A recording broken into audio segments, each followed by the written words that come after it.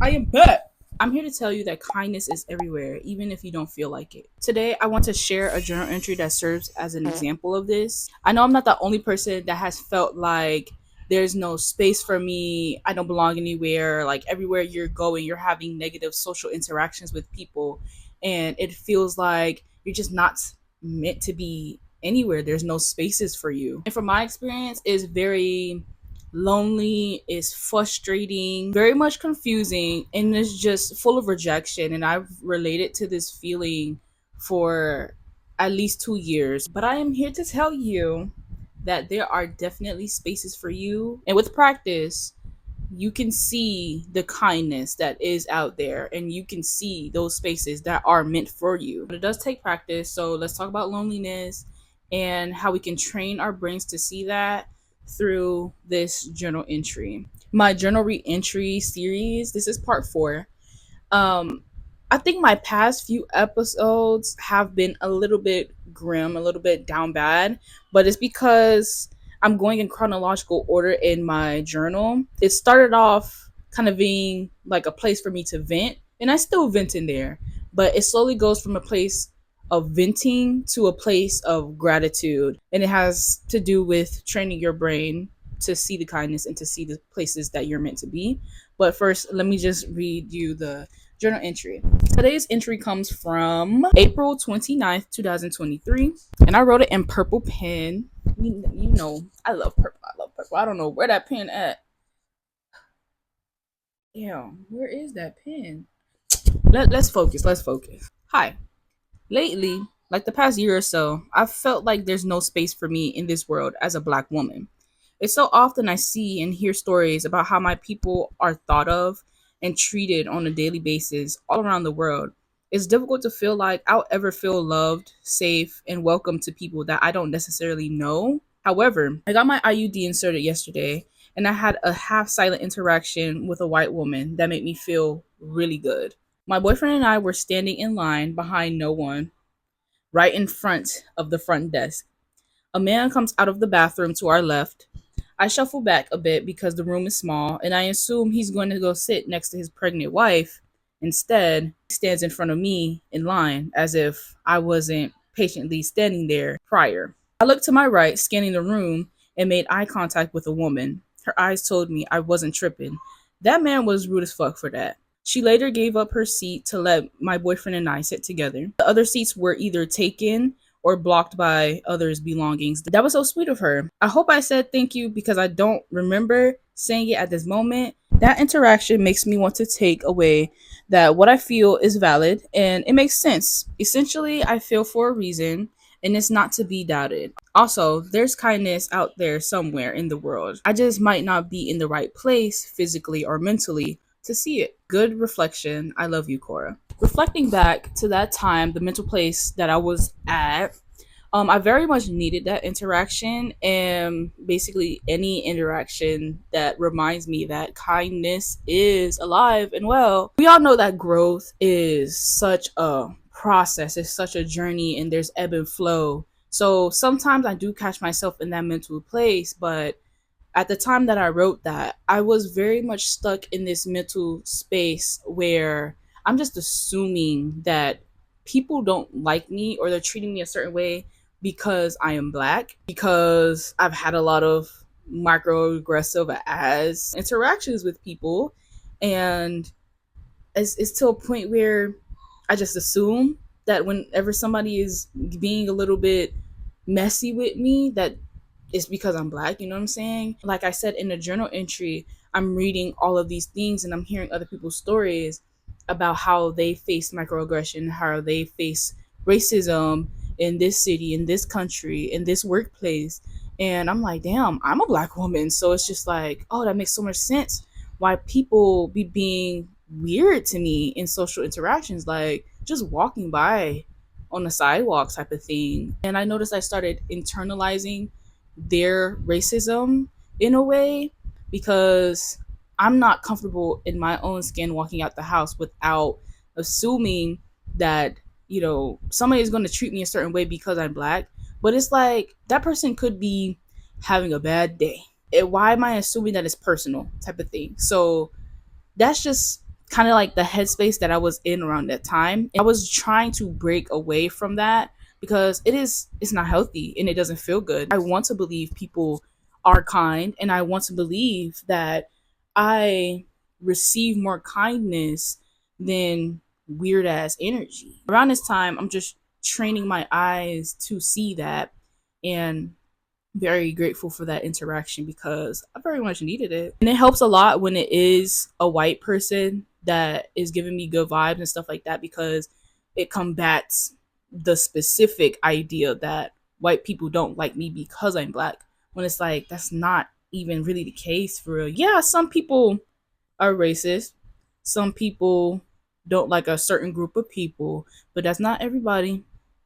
And I shouldn't be waking up, stepping out the house, and that be one of the first things that I'm thinking about. Like, just chill out, just chill. That summarizes the headspace that I was in around this time, why I was in that headspace, and how it was affecting me on my day to day. So I definitely relate to other people that have anxious expectations when it comes to social interactions. But let's get into how I started changing that way of thinking. One of the most powerful and I would say incremental ways is just simply practicing gratitude in any way that you can. You could wake up in the morning and just be like, I'm happy I woke up. Throughout the day, you can take deep breaths and just being like, that was a nice breath. Go outside and feel the fresh air.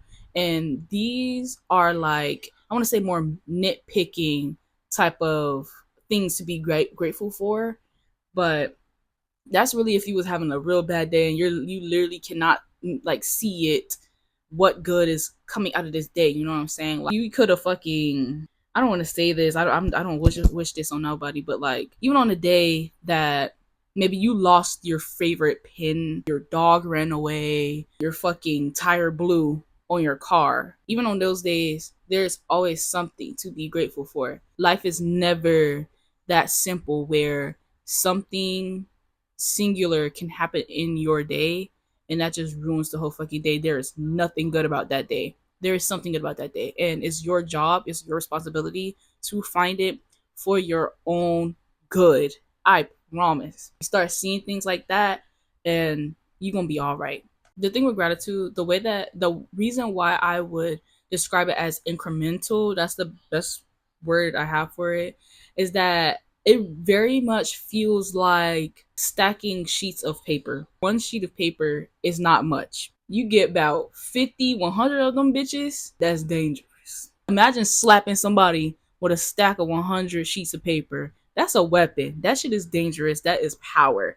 That's what gratitude feels like sometimes. Today, I'm grateful for the fucking air particles.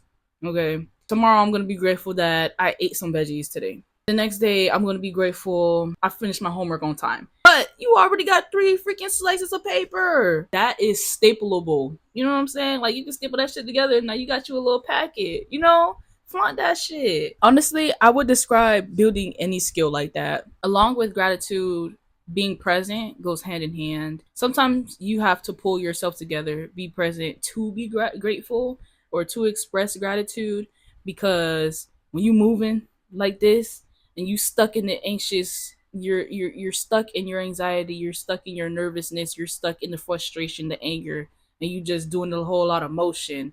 Just slow your ass down, stay still for a little bit, breathe. What's in front of you? You know what I'm saying? I know you probably just got in a fucking car accident like 10 minutes ago, an hour ago, whatever. You know what I'm saying? Calm down real quick. Do you still have your house? Okay. Where your favorite shoes at? Where your favorite shoes at? Okay, you got those. Okay, okay. Go ahead and put on a comfortable outfit. You got a comfortable outfit? Bingo.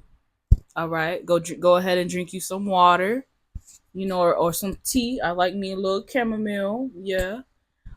Just small stuff like that. You could be grateful for your favorite shoes, your comfortable outfit, for a little drink of water or some tea, even after you don't total your car.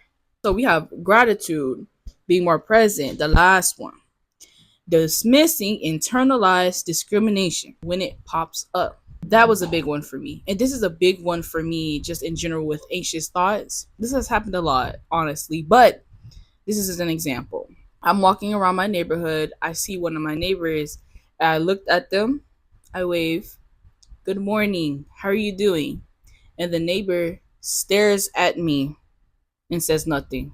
In those situations, it would irk me in more in the past because I'm like, damn, bitch, you too good to say fucking good morning. It's because I'm black, huh? Oh, you racist hoe. And then I start cussing them out in my head. Now my fucking peace is disturbed because that nigga literally said nothing. I started changing that thought process in my head to something that looks more like maybe he didn't have his fucking hearing aids in. Maybe it's just one of those days that actually his morning was not good at all. And maybe he's trying to find it. Maybe he's trying to find this good in his morning. And he can't say it out loud right now because he genuinely don't feel that in his heart that it's a good morning. And maybe he's just holding himself back from saying some slick shit like, what's good about it? You know what I'm saying? You really got to give them the benefit of doubt sometimes when it's stuff like that. Not them just coming up to you like, oh, you got that in your hair. You know what I'm saying? Consider the idea that quite possibly that was a human, and that was very much a human reaction. And humans are complex. Maybe it's something that I don't understand right now. Maybe it's something that I'm not meant to understand. And just keep it pushing. Enjoy your walk. The air feels fine right now. Let's focus on that. Oh my gosh, it's a flower over there. Look how bright and yellow that flower is. Let me go look at that flower and take some pictures of that flower. Don't be giving your energy to that shit. Like at all. Give your energy to something that makes you smile rather than something that makes your mind feel busy. Those are my 3 tips on how to train your brain to see the kindness in the world and to see the spaces that are meant for you. Taking it back to this journal entry, I very much appreciate having interactions with strangers like that. And it's like the more that I seek them out, the more that it comes to me, you know, or the more that I show gratitude for it, the more that they come to me, if that makes sense. Altogether, I see that interaction alone as an example, a reminder, and a reward, you know, that one, kindness is alive, two, kindness will always be alive, sorry, and three, looking out for the kindness will always do me good. And I will conclude right there. Thank you for watching. If you're new here, hello. My name is Corey J. I'm just navigating life in my 20s. And I know a lot of people is going to relate to this shit that I'm going to be talking about on here. So go ahead, check me out, figure out if this is your vibe. If it is, please do subscribe. Do not forget to like and comment. Let me know if anything that I said in this video relates to you or what tips you would give to the next person. Check out my other videos on your way out. But until then, I'm going to talk to y'all later. Peace. Bye.